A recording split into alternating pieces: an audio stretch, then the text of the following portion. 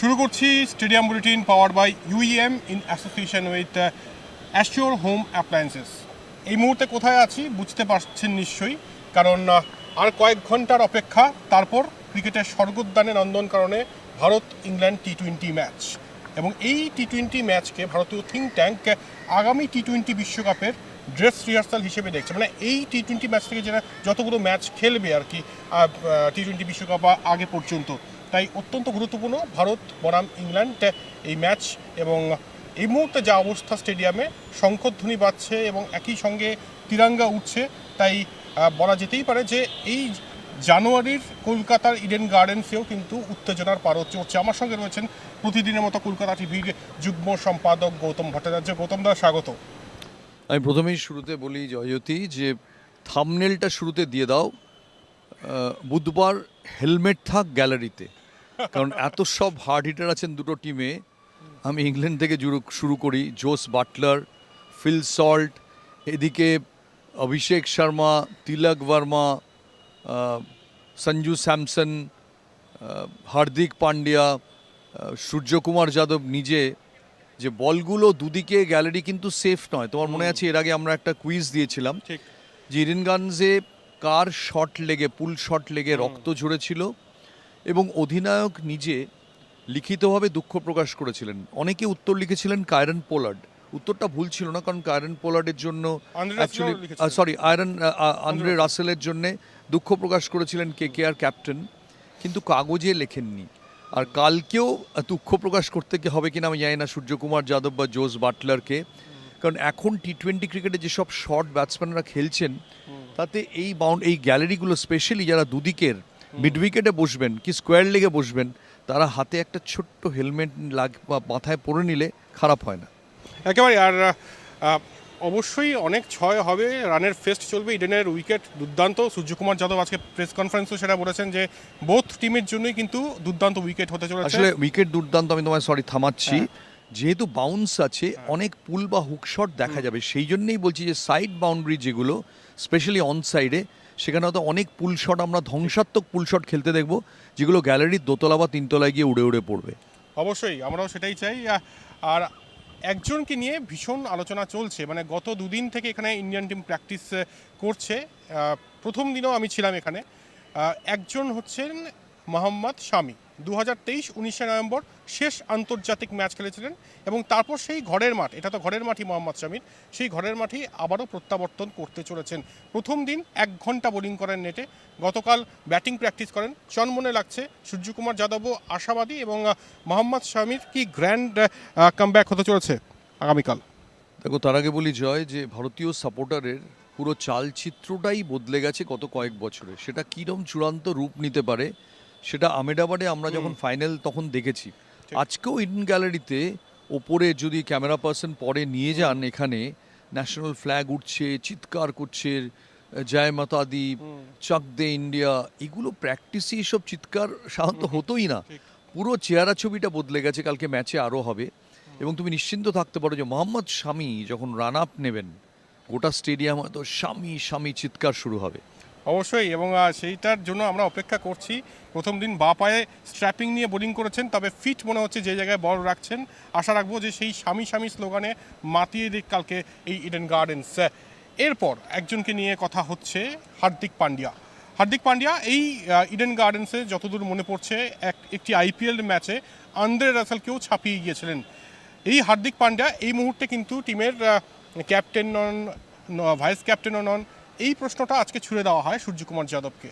তিনি পরিষ্কার হাসতে হাসতে বলেন সূর্যকুমার যাদব যে হার্দিক পান্ডিয়ার সঙ্গে আমার খুব ভালো সম্পর্ক, গোটা টিমের খুব ভালো সম্পর্ক, গৌতম গম্ভীরের সঙ্গে খুব ভালো কেমিস্ট্রি, এবং তিনি লিডিং গ্রুপে রয়েছেন। খুব ইম্পর্টেন্ট একটা স্টেটমেন্ট, তিনি লিডিং গ্রুপে রয়েছেন। মাঝে মাঝে জন বুকাননকে মনে পড়ে যাচ্ছিল যে মাল্টিপল ক্যাপ্টেন্স থিওরিতে তিনি বলেছিলেন, এবং সেটারই কিন্তু অনুকরণ করে বললেন অনেকটা যে এই টিমে অনেক ক্যাপ্টেন। হার্দিক পান্ডিয়া ক্যাপ্টেন্সি মানে অফিসিয়ালি নেই, কিন্তু লিডিং গ্রুপে তিনি রয়েছেন। আজকে সূর্যকুমার যাদব বলেছেন, কি বলবেন? আমি এখান থেকে আজকের কুইজটা দিতে চাই যে ঠিক যেরকম সূর্যকুমার যাদব আইপিএলে হার্দিক পান্ডিয়ার অধীনে মুম্বাই ইন্ডিয়ান্সে খেলেন, তেমনি একজন ভারতের অধিনায়ক আরও একজন ক্রিকেটারের অধীনে খেলতেন। যখন টেস্ট ম্যাচ হতো তখন দেখা যেত তিনি ক্যাপ্টেন্সি করছেন, ওই অধিনায়ক তার আন্ডারে খেলছেন, অথচ তিনি যখন রঞ্জি ট্রফি খেলতেন তখন তিনি কিন্তু ওই ক্যাপ্টেনের আন্ডারে খেলতেন। এই ক্যাপ্টেনটি কে, এই প্লেয়ারই বা কে?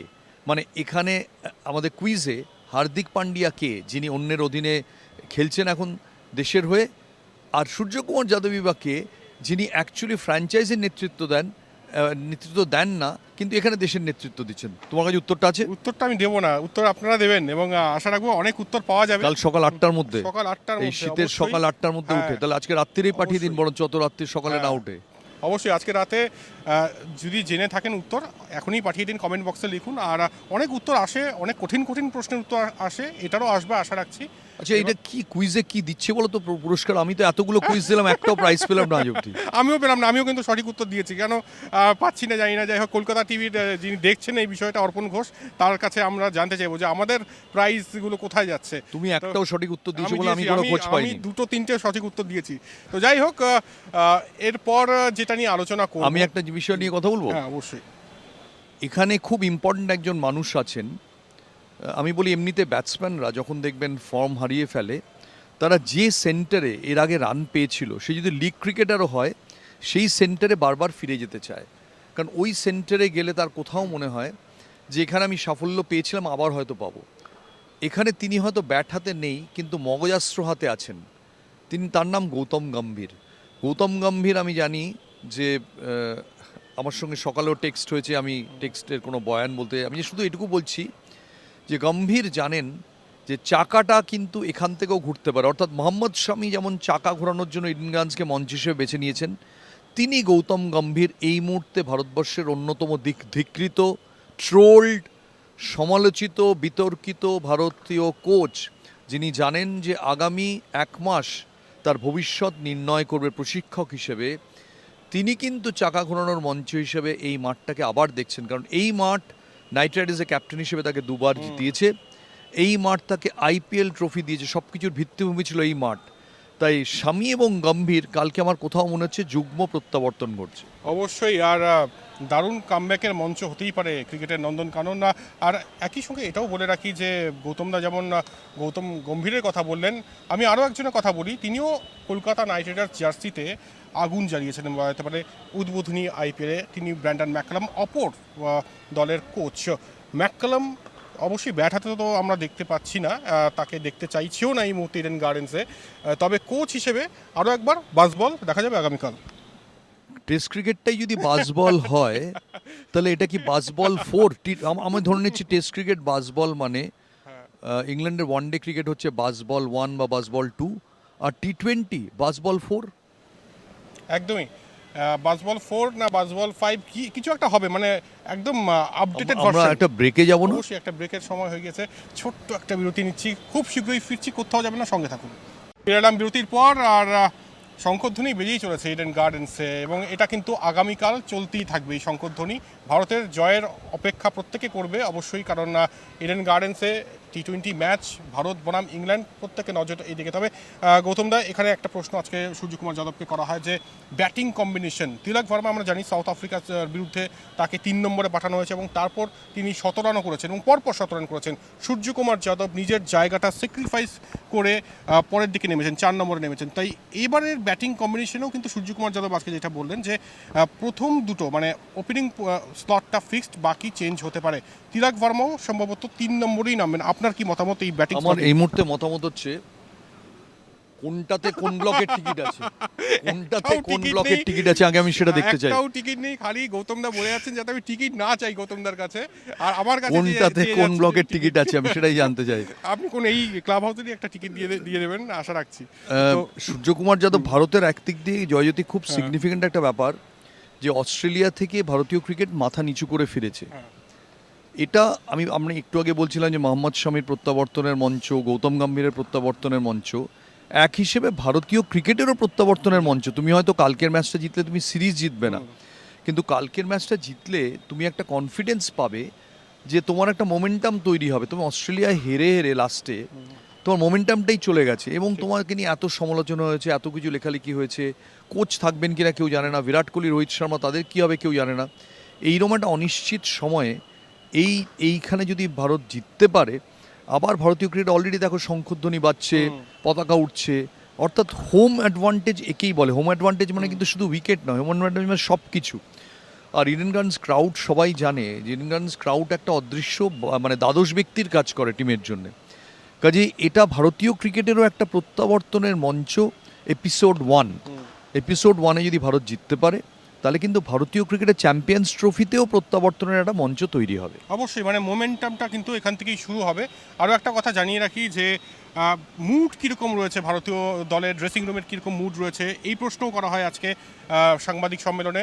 সূর্যকুমার যাদব হাসতে হাসতে বলেন যে টিম বাসে গান চলছে, পুরনো সেই হিন্দি গানগুলো চলছে, এবং গতকাল সবাই খুব সুন্দর ডিনার করেছে। মানে এমন বোঝাতে চাইছেন যে সব কিছু ঠিকঠাক, all is well Indian cricketer. যদিও সব কিছু ঠিকঠাক নয়, যদি জিততে পারে ইন্ডিয়ান টিম, জেতার সরণিতে ফিরতে পারে, তাহলে আবারও সব কিছু ঠিকঠাক হবে, এইটুকু আশা করাই যায়। এরপর যে বিষয় নিয়ে আলোচনা করব, যাকে নিয়ে আলোচনা করব, তিনিও কিন্তু এখানে অনেক ম্যাজিক দেখিয়েছেন আইপিএলে। বরুণ চক্রবর্তী কি আরও একবার ম্যাজিশিয়ান হবেন আগামীকাল রাতে? চক্রবর্তী মশাই দুর্দান্ত বল করেন, আবার তারও নিশ্চয়ই এই মাঠটা এসে ভালো লাগবে। কালকে দেখো এই মাঠে বাউন্সি উইকেট, আমরা বলছিলাম বারবার করে পুল শট খেলা হবে। এই মাঠে অনেকটাই নির্ভর করবে যে কোন টিম বেটার বোলিং করে। এটাও অনেকটা সেই পুরনো শারজা উইকেটের মতো। আমার মনে আছে যে সেই সময় ইমরান খান বলতেন যে শারজার এনকাউন্টারগুলোতে বেশিরভাগ আমরা জিতেছি। তার কারণ হচ্ছে যে মাঠটা কমপ্লিটলি ব্যাটিং সহায়ক উইকেট ছিল। ওখানে ব্যাটিং দুটো টিমই ভালো ব্যাট করবে জানা কথা, যারা বেটার বোলিং করবে তারা জিতবে। এই মাঠটাতেও তাই, যে এত ফাস্ট এবং বাউন্সি রানস উইকেট হয়ে গেছে। আমি জানি না চেঞ্জ হবে কিনা কালকের ম্যাচে। যদি চেঞ্জ না হয় তাহলে কিন্তু যারা বেটার বল করবে তারা জিতবে। এবং বরুণ চক্রবর্তী এই মাঠে অনেক ম্যাজিক স্পেল আছে, কাজেই তাকে নিশ্চয়ই, এবং তিনি গৌতম গম্ভীরের ঘোড়া, প্রিয় ঘোড়া। গম্ভীরের একটা সুবিধে হচ্ছে এই মহাতারকারা সঙ্গে নেই। তোমার ঋষভ পন্থ নেই যে তোমার রান্নার জন্য লোক নিয়ে যায়, বিরাট কোহলি নেই যার 150 কেজি প্রায় ওয়েট হয় সঙ্গের লাগেজের, রোহিত শর্মা নেই যে একা অনেক সময় ট্রাভেল করেন। সো এই আনুষঙ্গিক যে ঝামেলাগুলো নিয়ে একটা ইয়াং টিম আছে, মানে তুমি ধরতে পারো যে আন্ডার-23 টিম আছে, অতএব সেও ড্রেসিং রুমটাকে গোছাতে তার অনেক সুবিধা হবে। কিন্তু আমার তোমাকে একটা কুইজের প্রশ্ন আছে। কি প্রশ্ন? তুমি এত নাকি বলছো যে তুমি নাকি কুইজে উত্তর দিয়ে জিনিস পাচ্ছ না, তো আমার প্রশ্ন হচ্ছে সঞ্জু স্যামসন কালকে খেলবেন? কাল খেলবেন, ওকে। অবশ্যই। সঞ্জু স্যামসনের বাবা কেরালা ক্রিকেট সংস্থাকে তোপ দেখেছেন, বলেছেন যে আমার ছেলের বিরুদ্ধে কিছু কাজ করছে, যার জন্য আমি রঞ্জি ট্রফি টিমে যাইনি বলে আমার চ্যাম্পিয়ন্স ট্রফি টিমে নেওয়া হয়নি, রঞ্জি খেলিনি বলে। যদি রঞ্জি খেলেননি বলে তিনি চ্যাম্পিয়ন্স ট্রফি টিমে কনসিডার না হন, তাহলে এখানে খেলছেন কি করে? কিছু প্রশ্নের উত্তর থাকে না, তবে সঞ্জু স্যামসন কালকে খেলবেন এটা প্রায় নিশ্চিত। এবং এটাও সঞ্জু স্যামসনের জন্য অনেক কিছু জবাব দেওয়ার মঞ্চ হতে পারে। আমি কিন্তু কুইজের প্রশ্ন তা ছিল না, কিন্তু কুইজের প্রশ্ন হচ্ছে যে তাহলে চ্যাম্পিয়ন্স ট্রফির জন্য তাকে উপেক্ষা করা হলো কেন? যদি ওটাই কনসিডারেশন হয়, যদি এটাই কনসিডারেশন হয় যে রঞ্জি না খেললে তুমি টিমে ঢুকতে পারবে না, তাহলে এখানে ঢুকছো কি করে? এটাই তো মানে প্রশ্ন, কি মানে এটার উত্তর গৌতম গম্ভীর বলতে পারবেন বা টিম ম্যানেজমেন্ট বলতে পারবেন। এটা কেন, কি অনেক প্রশ্নের উত্তর পাওয়া যায় না ভারতীয় ক্রিকেটে, এটারও তেমন উত্তর আমাদের জানা নেই। আপনার যেমন তোমার টিকিটগুলো কোন পকেটে আছে? তো আমার কাছে নেই, আমি টিকিট পাচ্ছি না। যাই হোক, তবে একজনের কথা বলতে হবে, কালকে তো আপনারা অবশ্যই যারা আসবেন খেলা দেখতে তারা অনেক শর্টস দেখবেন, ইনোভেটিভ শর্টস দেখবেন। তবে একজনকে দেখার জন্য এবং তার জন্য ক্রাউড যে সাংঘাতিকভাবে চিয়ার করবে এটা বলা বাহুল্য। Singh is king, Rinku Singh. অবশ্যই আজকে রিঙ্কু সিংয়ের কথা বলাতে সঞ্জু স্যামসন বলছেন যে আমি তো এখন মানে দেখছি রিঙ্কু সিং 6 মারছেন আগামীকালের ম্যাচে, তাই রিঙ্কু সিংকে নিয়ে নতুন করে কিছু বলার নেই। গত আইপিএল তেমন কিছু খেলেননি, তার আগের আইপিএলের সেই 5টি 6 সবার মনে গেঁথে রয়েছে। কালকে 5টি 6 না হলেও, মানে পরপর 5টি 6 না হলেও আমরা সর্বমোট 5টি বা 6টি 6 দেখতেই পারি রিঙ্কু সিংয়ের ব্যাট থেকে। কালকে তো 6 হিটারের সংখ্যা 4 হিটারের চেয়ে বেশি। রিঙ্কু সিং, জোস বাটলার, ফিল সল্ট, ভুলে যাও না ফিল সল্টকে। 430-35 রান করে যে কেকেআরকে যিনি টেনেছেন, এতগুলো সিক্সে হার্দিক পান্ডিয়া, অভিষেক শর্মার খেলা ইন্ডিয়ান্স গ্যালারি আমার ধারণা মুগ্ধ হয়ে দেখবে। তিলক ভার্মা, এক একজন এক্সাইটিং ট্যালেন্ট। তো এরা কটা 6 মারেন। আবার বলছি যে কাল হেলমেট থাক গ্যালারিতে। তবে এই মুহূর্তে একটা ছোট্ট বিরতির সময় হয়ে গেছে। ছোট্ট বিরতি, সঙ্গে থাকুন, জানি থাকবেন, তাও বলছি সঙ্গে থাকুন, ফিরছি খুব শীঘ্রই। ফিরে এলাম বিরতির পর। অবশ্যই উত্তেজনা, মানে ইডেন গার্ডেন্সে থেকে এই শীতের কলকাতাতেও কিন্তু উষ্ণতা অনুভব করছি। এবং প্র্যাকটিস চলছে, আপনারা বুঝতেই পারছেন ইন্ডিয়ান টিম প্র্যাকটিস করছে, ওয়ার্ম আপ করেছে প্রথমে এবং তারপরে ব্যাটিং প্র্যাকটিস ভাগে ভাগে করছেন তারা থ্রো ডাউনে স্পিনারদের বিরুদ্ধে, পেসারদের বিরুদ্ধে, এবং ফিল্ডিংয়ের উপর কিন্তু বিশেষ জোর দিতে দেখা যাচ্ছে ভারতীয় ফিল্ডারদের, এবং খুব খুব ভালো কালকে ফিল্ডিং থাকবে ভারতীয়দের তরফ থেকে, এইটুকু আশা রাখতেই পারি। তবে অন্য বিষয় নিয়ে আলোচনা করবো এবার, যে আগামীকাল ম্যাচ, ইডেনের ঘন্টা কে বাজাতে পারেন আগামীকাল? ওই সিকো ঘড়িটা পেছনে যদি আমাদের ক্যামেরা পার্সন একটু ঘুরিয়ে দেখান, সিকো ঘড়িটা, ওইটা ইডেনে ঘন্টা, যেটা লর্ডসের মতো ইডেন গানসেই শুধু হয় ঘন্টা বাজে। একটা নতুন এটা চল হয়েছে ইডেন গানসে, এটা সৌরভ শুরু করেছেন লর্ডসের অনুকরণে, এবং প্রতিবার একটা স্পেকুলেশন থাকে যে ঘন্টা কে বাজাবেন। আমার মনে হয় যে ওরা প্রথমে ভাবছিলেন যে টেলিভিশন কমেন্ট্রি টিমে কে সিনিয়র আছেন এবং কে খুব গ্ল্যামারাস আছেন যাকে দিয়ে বাজানো যায়। তো এখন অবধি আমি অবাক হব না যদি সেরম হলে ভারতীয় কোচ গৌতম গম্ভীরকে দিয়েও যদি বাজানো হয়। এটা খুব ইন্টারেস্টিং হবে যে ঘন্টাটা কে বাজাবেন, এটাও একটা কুইজের প্রশ্ন হতে পারতো এই ঘন্টা। কারণ কালকে অবধি জানি যে স্নেহাশিস গঙ্গোপাধ্যায় নিজেও তখন ঠিক করতে পারেননি যে ঘন্টাটা কে বাজাবেন। কমেন্টেটরদের ফুল লিস্ট পাওয়ার পর হয়তো ঠিক করবেন, এটা ঠিক ছিল। এটা ইন্টারেস্টিং। আরেকটা হচ্ছে কালকে ঝুলন গোস্বামী এবং কর্নেল নায়ারের নামাঙ্কিত দুটো ব্লকের এখানে উদ্বোধন হবে। ইনগানসে অনেক গ্যালারি রয়েছে তুমি জানো, যে সৌরভের নামে, বিশ্বনাথ দত্ত, জগমোহন ডালমিয়া অনেকের নামে, পঙ্কজ রায়ের নামে আছে রঞ্জি স্টেডিয়ামের দিকে, পুরনো রঞ্জি স্টেডিয়ামের দিকে। কালকে কর্নেল নায়ার, যিনি সেনাবাহিনীর জন্যে, সেনাবাহিনীর দলের জন্য নিজের প্রাণ উত্তর পূর্ব ভারতে বিসর্জন দিয়েছিলেন তার, এবং ঝুলন গোস্বামী যিনি জীবদাবস্থায় কিংবদন্তি, তার ব্লক উদ্বোধন হবে। ঝুলন গোস্বামীর ব্লকটা খুব ইন্টারেস্টিং জায়গায়, একদম শাহরুখ খান যেখানে বসেন ওই ব্লকটা হচ্ছে ঝুলন গোস্বামীর পাশেই সৌরভের। তো এইসব অনুষঙ্গ ম্যাচের সঙ্গে থাকবে অবশ্যই। মানে আমি খালি কাউন্টডাউন করছি, মানে আচ্ছা এটা আজকের রাত্রিটা পঞ্চমীর রাত না ষষ্ঠীর রাত, কি মনে হচ্ছে? আমার মনে হচ্ছে এটা ষষ্ঠীর রাত। কাল থেকে আসল পুজো শুরু, মানে সেটা ভারতীয় দলের কামব্যাকের পুজো হোক বা টি-20 বিশ্বকাপের কাউন্টডাউনের পুজো হোক, মানে সর্বোপরি আজকে মনে হচ্ছে ষষ্ঠীর, মানে প্রতিমা চলে এসছে। প্রতিমার যারা রয়েছে, যারা খেলবে প্রোটাগনিস্ট, তারা খেলছেন এই মানে প্র্যাকটিস করছেন। তাই সপ্তমী থেকে আসল পুজোটা শুরু হবে। কালকে ম্যাচ কারা জিতবে? একটা প্রশ্নের ঠিক উত্তর দাও। ভারত, মানে অবশ্যই, মানে কোনো এর সন্দেহ নেই, ইংল্যান্ড যথেষ্ট ভালো দল এবং আনডাউটেডলি মনে রেখো এই মাঠে জোস বাটলার গত বছর বেশি দিন হয়নি একা কেকেআরকে হারিয়ে দিয়ে গিয়েছিলেন, আর এবার বাটলারকে কিন্তু খুব ইন্টারেস্টিং, ব্রেন্ডন ম্যাকালাম বাটলারকে কিপিং করাচ্ছেন না বাটলারের উপর থেকে প্রেশারটা কমানোর জন্য, যাতে তিনি মিড অন বা মিড অফ থেকে টিমটাকে লিড করতে পারেন একেবারে। এবং ব্রেন্ডন ম্যাককালামের আর নতুন কি স্ট্র্যাটেজি থাকে, বরাবরই কিছু একটা ইনোভেটিভ করতে ভালোবাসেন ম্যাককালাম, আগামীকাল সেটা চোখে পড়বে অবশ্যই। তবে ইংল্যান্ডের টিম কিন্তু দুর্দান্ত, জোফ্রে আর্চারের দিকেও কিন্তু নজর থাকবে আগামীকাল। এই ইডেন গার্ডেন্সে ডিউ কতটা ফ্যাক্টর হতে পারে আগামীকাল? ডিউ একটা ফ্যাক্টর তো হয়, ডিউটা আমার প্রতিবার চেক করা হয়, কারণ ডিউটা পড়ে, যখন ডিউটা পড়ে তখন ওটা ম্যানেজ করা যায় না, খুব অসুবিধা হয়ে যায় বল গ্রিপ করতে, স্পেশালি বরুণ চক্রবর্তী বল গ্রিপ করতে। তবে এইটা দুজনই যে দুটো টিমের কোচ গম্ভীর এবং ম্যাকালাম, এরা কলকাতায় এত সময় কাটিয়েছেন, আমার ধারণা ওরা যদি ফুচকা ঝালমুড়ি খেয়ে থাকেন তাতে আমি অবাক হব না। তো যারা ফুচকা ঝালমুড়ি যদি খেয়ে থাকে তারা ইডেনের শিশির সম্পর্কে যথেষ্ট জানবেই, কাজে এক্ষেত্রে ভারত কোনো হোম অ্যাডভান্টেজ পাবে না। অবশ্যই। তবে এই যে আলোচনা চলছে, জমজমাট আলোচনা, আরও একটা বিরতি নেওয়ার সময় হয়ে গিয়েছে, ছোট্ট বিরতি, ফিরছে খুব শীঘ্রই। বেরোলাম বিরতির পর, আর বিরতি যখন চলছিল সেই সময়ে একটা দৃশ্য চোখে পড়লো। একদিকে সিএবি সভাপতি স্নেহাশিস গঙ্গোপাধ্যায়, অপরদিকে সুজন মুখোপাধ্যায়, পিচ কিউরেটর, দুজনে গভীর আলোচনায় মগ্ন। খুব স্বাভাবিক, কয়েক ঘন্টা পরে এরকম একটা আন্তর্জাতিক ম্যাচ ভারত ইংল্যান্ড, তার আগে দুজনেই খুব চিন্তিত, একজন উইকেট নিয়ে এবং আরেকজন সর্বোপরি ম্যাচ আয়োজন নিয়ে অত্যন্ত ব্যস্ত। কি আলোচনা হতে পারে তাদের মধ্যে? দেখো, ইডেন গানস উইকেট সবসময় এখানে মোটামুটিভাবে পিচ কিউরেটর কিন্তু যিনি বস তার নির্দেশ মেনে চলেন।